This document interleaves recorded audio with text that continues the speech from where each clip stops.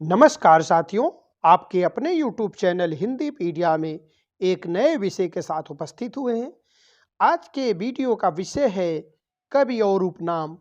प्रमुख कवि जो परीक्षाओं में पूछे जाते हैं, इनके उपनाम भी परीक्षाओं में पूछे जाते हैं। तो आज ऐसे कुछ प्रमुख कवियों के नाम लेकर उपस्थित हुए हैं जिनके उपनाम सदैव ही पूछे जाते हैं। आइए पहले कवि का नाम लेते हैं, गजानन माधव मुक्तिबोध। अब गजानन माधव मुक्तिबोध को क्या कहते हैं? गजानन माधव मुक्तिबोध को गहन अनुभूति एवं तीव्र इंद्रिय बोध का कवि, तीव्र इंद्रिय बोध का कवि इन्हें कहा जाता है। गहन अनुभूति एवं तीव्र इंद्रिय बोध का कवि। दूसरा नाम है सच्चिदानंद हीरानंद वात्स्यायन अज्ञेय का। आप इनका नाम देखें तो इन्हें प्रयोगवाद तथा नई कविता का सलाहकार पुरुष कहा जाता है। इसी तरह से विद्यापति का नाम देखते हैं। विद्यापति जी हैं खेलन कवि, स्वयं को कहा है, इन्होंने स्वयं को कहा है खेलन कवि।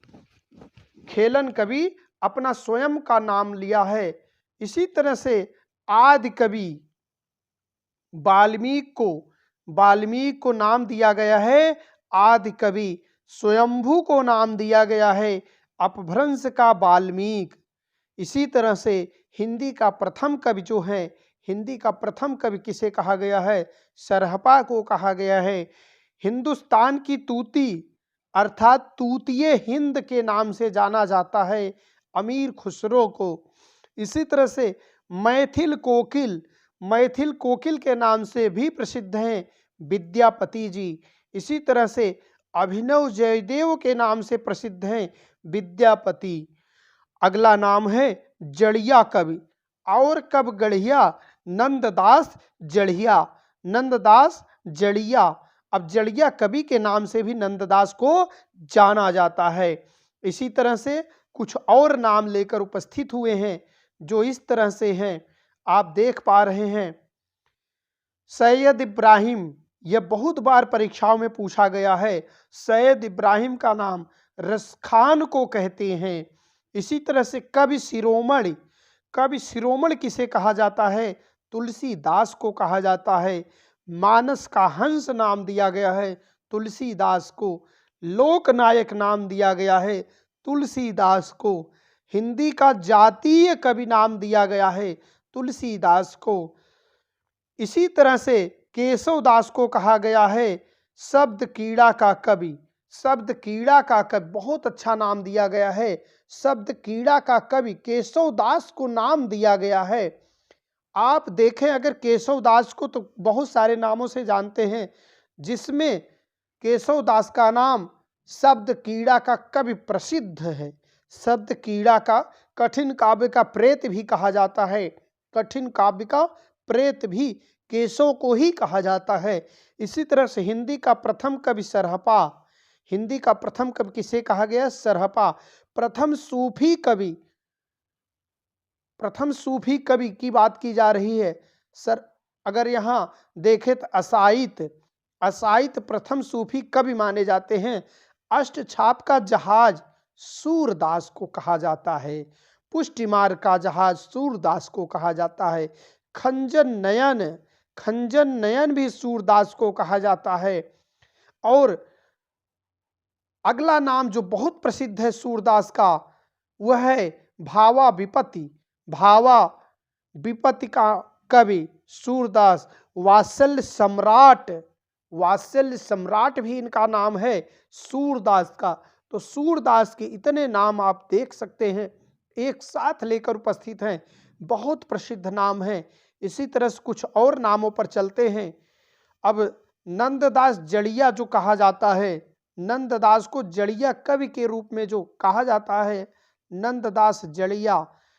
इसी तरह सैयद इब्राहिम रसखान का नाम है सैयद इब्राहिम। इसी तरह से सुकविन के सरदार तुलसी गंग को सुकविन के सरदार। नरहर नंदी नन।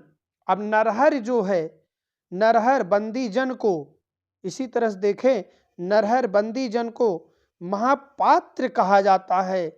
इसी तरह से महेश दास, महेश दास बीरबल का नाम है, महेश दास।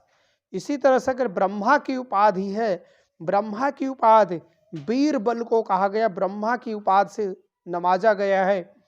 कठिन काव्य का प्रेत, जो अभी हम बात कर रहे थे, कठिन काव्य का प्रेत तो केशव दास का नाम है। कठिन गद्य का प्रेत अज्ञेय को कहा जाता है, कठिन गद्य का प्रेत अज्ञेय का नाम है।